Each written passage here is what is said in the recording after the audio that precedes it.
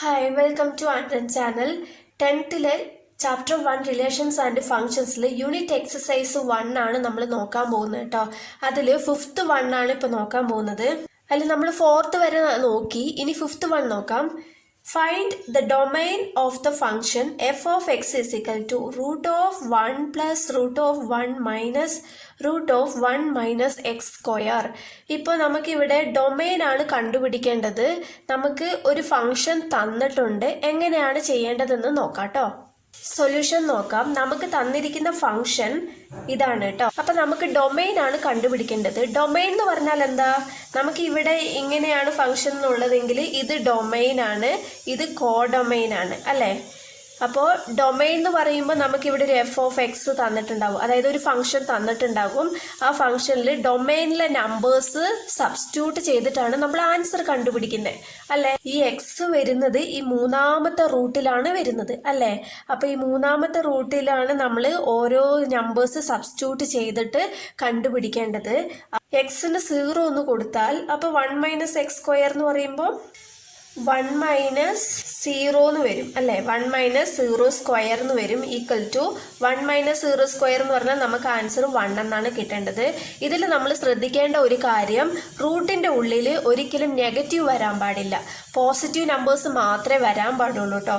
അപ്പം നമുക്ക് ഇവിടെ 0 കൊടുത്തപ്പോൾ പോസിറ്റീവ് ആണ് കിട്ടിയത് അല്ലേ? അപ്പോൾ ഇനി 1 കൊടുത്ത് നോക്കാം. എക്സ് ഈക്വൽ ടു 1 കൊടുത്താൽ 1 മൈനസ് 1 സ്ക്വയർ എന്ന് കിട്ടും അല്ലേ? അപ്പോൾ 1 മൈനസ് 1 സ്ക്വയർ എന്ന് പറഞ്ഞാൽ 0, ഇതും പോസിറ്റീവ് ആണ്. അതുപോലെ എക്സ് ഈക്വൽ ടു 2 എന്ന് കൊടുത്ത് നോക്കാം. 1 minus 2 square equal to 1 minus 4 equal to -3 ആണ്. അപ്പോൾ റൂട്ടിൻ്റെ ഉള്ളിൽ നെഗറ്റീവ് വന്നാൽ നമുക്കത് കണ്ടുപിടിക്കാൻ പറ്റില്ല. അപ്പോൾ നെഗറ്റീവ് നമ്പേഴ്സ് ഉള്ളത് നമ്മൾ ഒഴിവാക്കണം. അതായത് 1 കൊടുത്തപ്പോൾ 1 വരെ കൊടുക്കാൻ പാടുള്ളൂ. 1 കൊടുത്തപ്പോൾ 0യിൽ അവസാനിച്ച് 2 കൊടുത്തപ്പോൾ നെഗറ്റീവ് വന്നു. അപ്പോൾ 1നേക്കാളും വലിയ വലിയ നമ്പേഴ്സ് ഇവിടെ സബ്സ്റ്റിറ്റ്യൂട്ട് ചെയ്താൽ നമുക്ക് നെഗറ്റീവ് ആണ് കിട്ടുക. ഇനി മൈനസ് വാല്യൂ നോക്കിയാലോ? അതായത് എക്സിന് -1 കൊടുത്ത് നോക്കാം.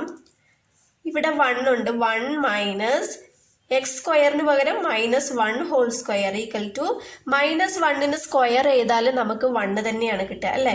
അപ്പോൾ 1 മൈനസ് -1 ഹോൾ സ്ക്വയർ എത്രയാ? 1. അപ്പോൾ ഈക്വൽ ടു 0 കിട്ടി, പോസിറ്റീവ് കിട്ടി. നമ്മൾ നെഗറ്റീവ് സബ്സ്റ്റിറ്റ്യൂട്ട് ചെയ്തപ്പോൾ പോസിറ്റീവ് വാല്യൂ ആണ് കിട്ടിയത്. ഓക്കെ. അതുപോലെ എക്സ് ഈക്വൽ ടു -2 കൊടുത്ത് നോക്കാം. 1 minus -2 whole square equal to 1 minus 4 ആണ് കിട്ടുക അല്ലേ? 4 ഈക്വൽ -3 ആണ്. അപ്പോൾ ഇവിടെയും നെഗറ്റീവ് ആണ്. അപ്പം മൈനസ് വാല്യൂവിൽ അങ്ങോട്ട് മുന്നോട്ട് പോകും തോറും നമുക്ക് നെഗറ്റീവ് വാല്യൂസ് ആണ് കിട്ടുന്നത്. അപ്പോൾ ഈ 2 എന്നുള്ളത് എടുക്കാൻ പാടില്ല, -2 എടുക്കാൻ പാടില്ല. അതിൻ്റെ ഇടയിൽ -1 0 ആൻഡ് 1 അതാണ് നമ്മൾ എടുക്കേണ്ട വാല്യൂസ്. അപ്പോൾ ഡൊമെയിൻ എന്താണ് നമുക്ക് കിട്ടിയിരിക്കുന്നത്? ഡൊമെയിൻ എന്ന് പറയുമ്പോൾ നമ്മളിവിടെ എന്ത് നമ്പേഴ്സ് ആണോ സബ്സ്റ്റിറ്റ്യൂട്ട് ചെയ്തത് അതാണ് കൊടുക്കേണ്ടത്. പോസിറ്റീവ് വാല്യൂ കിട്ടിയതിൻ്റെ ആട്ടോ ഒന്ന് നോക്കേണ്ടത്. അപ്പോൾ ഡൊമെയിൻ ഈക്വൽ ടു 0 കൊടുത്തപ്പോൾ പോസിറ്റീവ് ആണ് കിട്ടിയത്. അപ്പോൾ 0 ഉണ്ട്, 1 ഉണ്ട്, അടുത്തത് 2 കൊടുത്തപ്പോൾ നമുക്ക് നെഗറ്റീവ് ആണ്. -2 കൊടുത്തപ്പോഴും നെഗറ്റീവ് ആണ് കിട്ടിയത്. -1 കൊടുത്തപ്പോൾ നമുക്ക് പോസിറ്റീവ് ആണ് കിട്ടിയത്. അപ്പം -1 മുമ്പേ എഴുതാം. -1 0 1 ഇതാണ് നമുക്ക് കിട്ടിയത്. ഇതാണ് ഡൊമെയിൻ. ഓക്കെ. ഇതിനെ നമുക്ക് വേറൊരു രീതിയിലും എഴുതാം. എങ്ങനെ എഴുതാം? -1 അല്ലേ ഏറ്റവും ചെറുത്, അപ്പം -1.